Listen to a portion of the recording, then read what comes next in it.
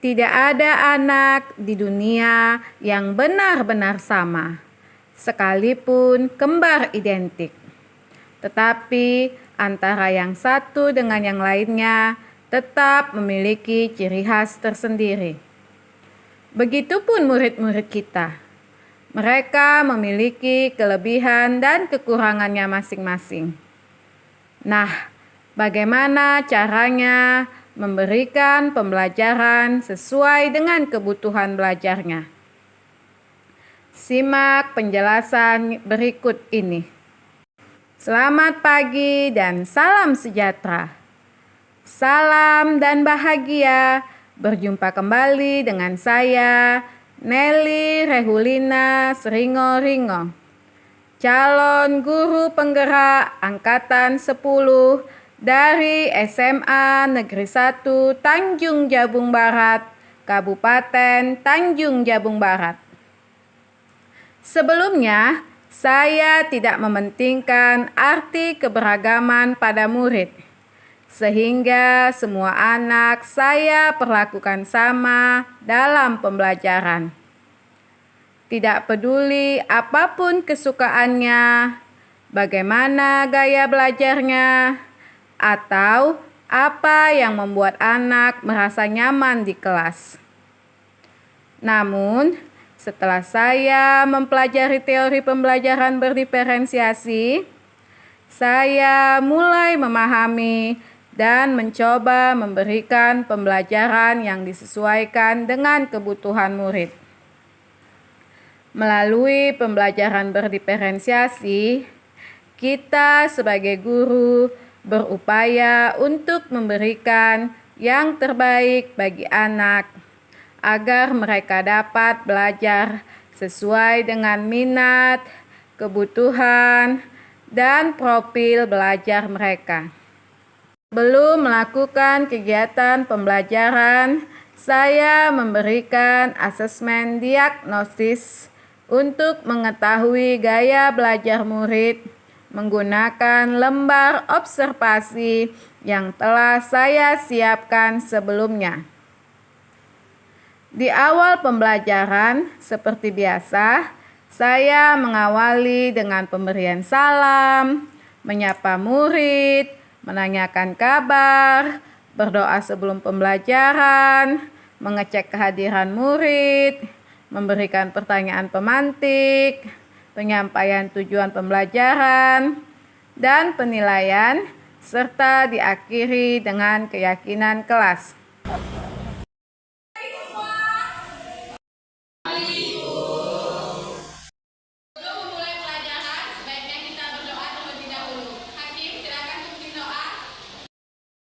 Gerak.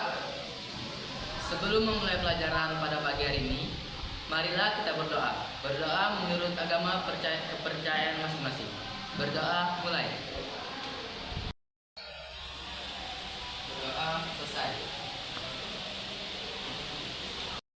Absen kamu, Firman, Hadir Bu. Fahri, Hadir Bu.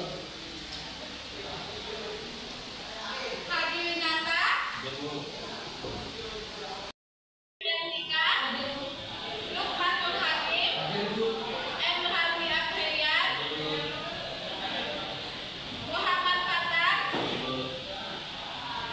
Renji Maisika, Sadira Rita Beliza, Siti Fadila Rosti, sudah hampir semua ini. Mantap, tahankan semangat ini ya. Kabar biologi. Pembelajaran yang ingin kita capai pada hari ini yaitu melalui kegiatan diskusi dengan pembelajaran berdiferensiasi, peserta didik dapat menganalisis tentang ancaman dan upaya pelestarian keanekaragaman hayati dengan benar dan tepat, sehingga terbentuk karakter peserta didik yang percaya kepada Tuhan Yang Maha Esa, kritis, dan kreatif. Minggu lalu, kita sudah belajar tentang materi manfaat keanekaragaman hayati bagi manusia. Hari ini materi kita yaitu yaitu ancaman dan upaya pelestarian keanekaragaman hayati Indonesia. Ibu ingin bertanya, apa manfaat keanekaragaman hayati bagi manusia jika dikaitkan dengan aktivitas manusia yang dapat menurunkan keanekaragaman hayati? Siapa yang bisa menjawab? Ya, silakan Dinda. Keanekaragaman hayati bagi manusia yaitu sebagai sumber pangan, sandang, pakan, obat-obatan, estetika, dan penelitian. Karena begitu rapisnya manusia dalam memiliki kebutuhan tersebut, maka terjadilah penyalahgunaan keanekaragaman hayati. Seperti pembakaran hutan untuk dijadikan tempat wisata baru, seperti taman dan villa. Dari aktivitas manusia ini menyebabkan orang hutan dan harimau kehilangan tempat tinggal, dan kehilangan sumber makanan. Sekali jawaban Dinda. Kemarin, Ibu kan sudah membagi kelompok kamu berdasarkan gaya belajar kamu, yaitu gaya belajar visual dan gaya belajar auditory. Nah, untuk gaya belajar visual, Ibu akan membagikan artikel kepada kamu tentang materi ancaman dan upaya pelestarian keanekaragaman hayati. Sedangkan untuk kelompok auditory, Ibu akan memberikan link tentang video ancaman dan upaya pelestarian keanekaragaman hayati di dalam grup WA kita. Silakan kamu tonton video tersebut, dan untuk kelompok visual silakan membaca artikel. Nah, untuk itu kamu boleh duduk berdasarkan kelompok yang sudah Ibu tentukan kemarin. Silakan duduk menurut kelompoknya masing-masing. Kelompoknya masing-masing. Oke, terima kasih. Untuk kelompok auditory, Ibu itu sudah memberikan link WA video di grup WA kita. Silakan kamu buka video tersebut. Amati video tentang materi ancaman dan upaya pelestarian keanekaragaman hayati. Silakan tonton video tersebut.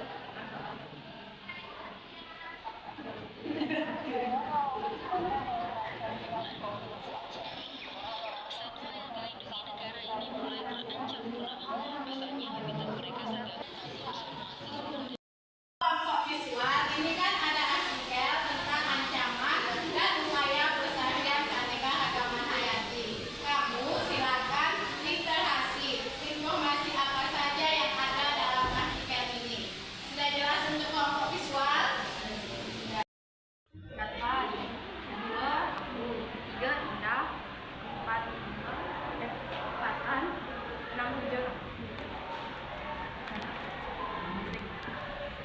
Nomor ini tadi apa? Bukaan. Itu yang ini.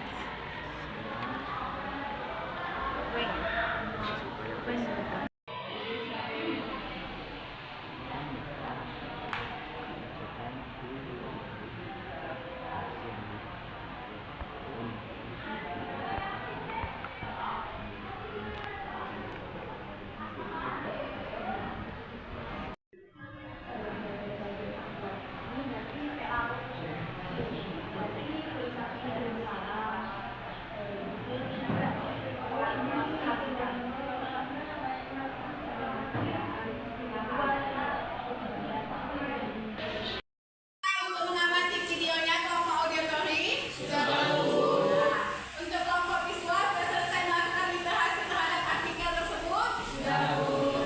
Untuk pemahaman kamu tentang materi hari ini, kita akan mengerjakan LKPD. Ini untuk kelompok kamu. Silakan baca petunjuk yang ada dalam LKPD ini dan jawab pertanyaan pada LKPD tersebut. Lakukan dengan cara diskusi dan bekerja sama di dalam kelompok. Sudah paham sampai di sini penjelasan LKPD? Ya. Untuk kamu kelompok auditory, Ibu sudah memberikan link LKPD di dalam grup kita. Silakan kamu buka link tersebut.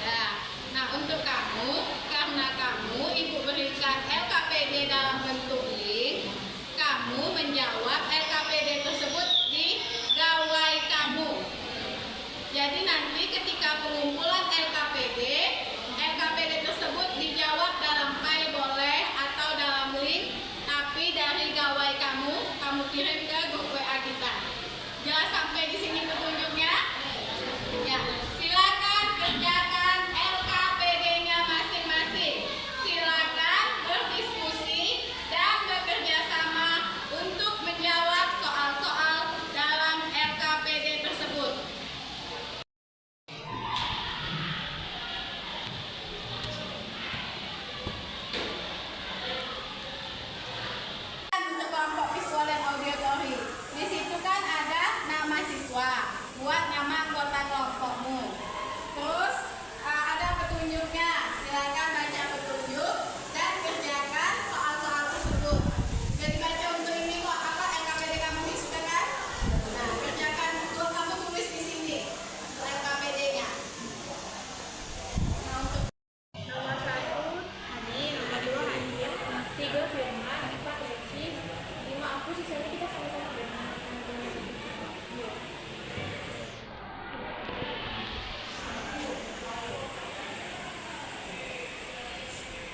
Waktunya sudah habis untuk mengerjakan LKPD.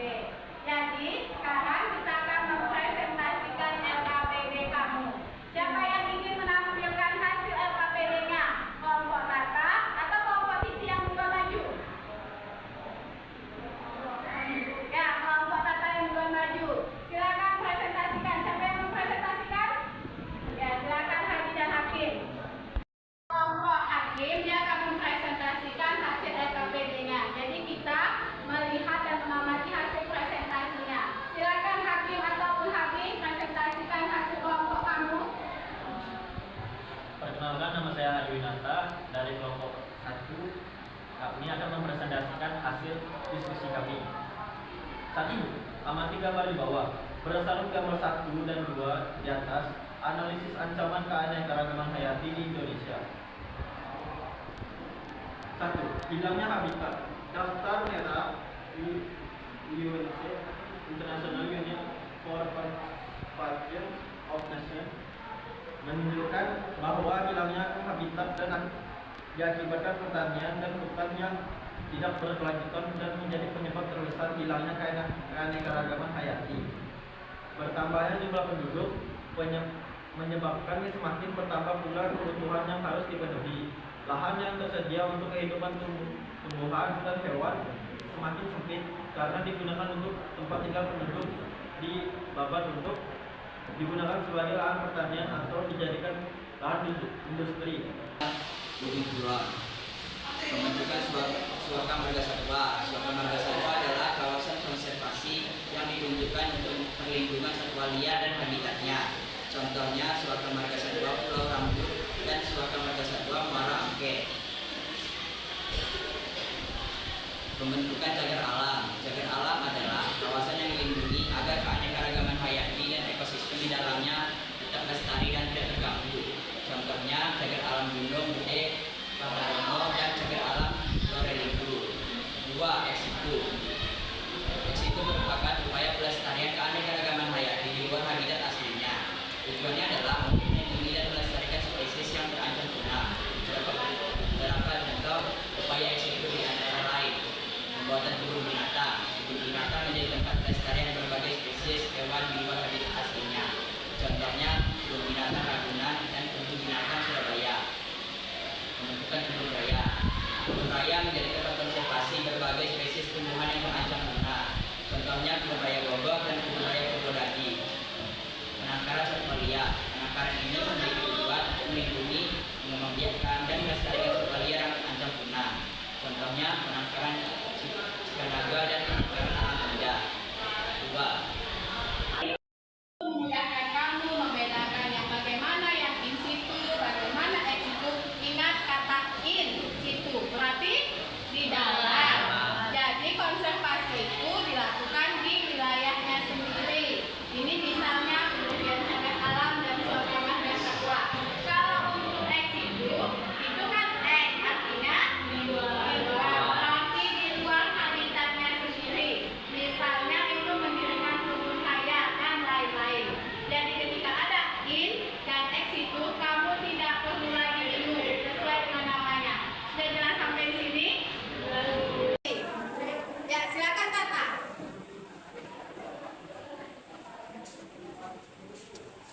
Seperti yang kita ketahui, daftar merah IUCN atau International Union for Conservation of Nature menunjukkan bahwa hilangnya habitat yang diakibatkan manajemen pertanian dan hutan yang tidak berkelanjutan menjadi penyebab terbesar hilangnya keanekaragaman hayati.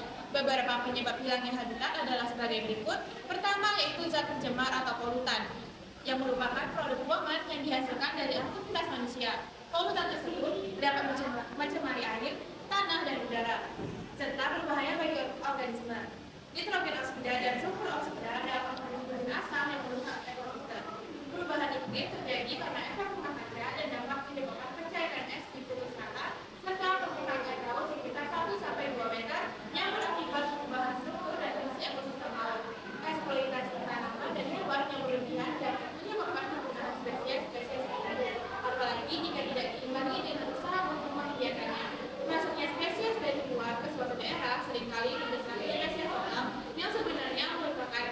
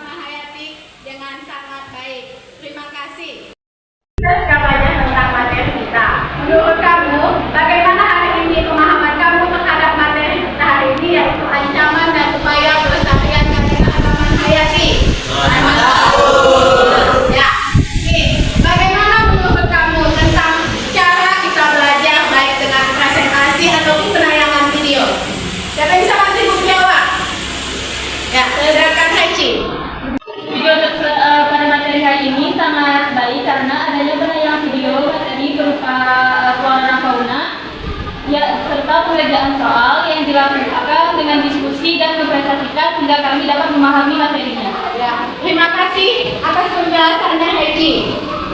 Nah, tadi kita kan sudah memahami semua.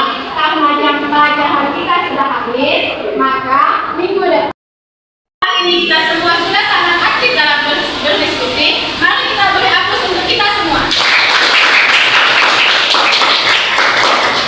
Minggu depan materi kita adalah tentang klasifikasi makhluk hidup. Jadi, karena pelajaran kita sudah berakhir, maka sebelum menutup pelajaran, ada baiknya kita berdoa terlebih dahulu. Hakim, silakan berdoa. Nah, tadi kan kita sudah belajar tentang materi ancaman dan upaya pelestarian keanekaragaman hayati. Sudah melihat video bagi kelompok auditori, sudah membaca artikel, sudah mengerjakan LKPD, sudah mempresentasikan hasil LKPD masing-masing kelompok, dan sudah membuat kesimpulan. Nah, tugas kamu di rumah, kamu yang dua kelompok itu membuat mind mapping tentang ancaman dan upaya pelestarian keanekaragaman hayati.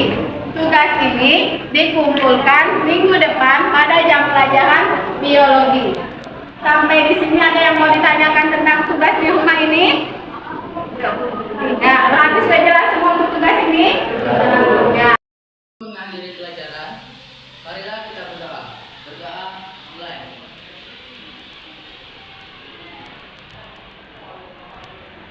Berdoa selesai. Materi kita sudah selesai. Tetap semangat dalam belajar. Semangat biologi! Semangat! Yes! Assalamualaikum warahmatullahi wabarakatuh. Saya adalah Siti Fitriya Resti. Saya berasal dari fase E3 SMA Negeri 1 Tanjung Jabung Barat. Saya sangat senang belajar dengan cara berkelompok, di mana pengumpulannya berdasarkan gaya belajar, sehingga saya menjadi bersemangat dalam mengikuti pembelajaran. Wassalamualaikum warahmatullahi wabarakatuh. Assalamualaikum warahmatullahi wabarakatuh. Perkenalkan, saya Ibu Hadijah SPD. Saya merupakan teman sejawat dari Ibu Nelly Rehulina Siringoringo SPD. Ucapan selamat kepada Ibu Nelly yang telah menyelesaikan aksi nyata modul 2.1 tentang pembelajaran berdiferensiasi. Ibu Nelly telah menerapkan pembelajaran diferensiasi pada kelas yang diampunya, yaitu pada fase E. Sebelum melakukan pembelajaran berdiferensiasi, Ibu Nelly telah melakukan pemetaan kebutuhan peserta didik yang meliputi persiapan belajar peserta didik, minat belajar peserta didik, serta profil belajar dari peserta didik. Semua peserta didik senang dan bahagia karena belajar sesuai dengan karakter dan kebutuhan mereka. Semoga apa yang dilakukan dari Ibu Nelly dapat menginspirasi Bapak Ibu guru di sekolah, sehingga kedepannya ekosistem di sekolah kami menjadi lebih baik. Semangat terus Ibu Nelly. Terima kasih. Assalamualaikum warahmatullahi wabarakatuh. Demikianlah aksi nyata praktik pembelajaran berdiferensiasi pada modul 2.1 yang telah saya lakukan. Semoga dengan pembelajaran berdiferensiasi dapat membuat murid belajar menjadi lebih menyenangkan dan bermakna sesuai dengan kebutuhan belajarnya. Terima kasih. Salam dan bahagia bagi Bapak Ibu guru. Guru bergerak, Indonesia maju.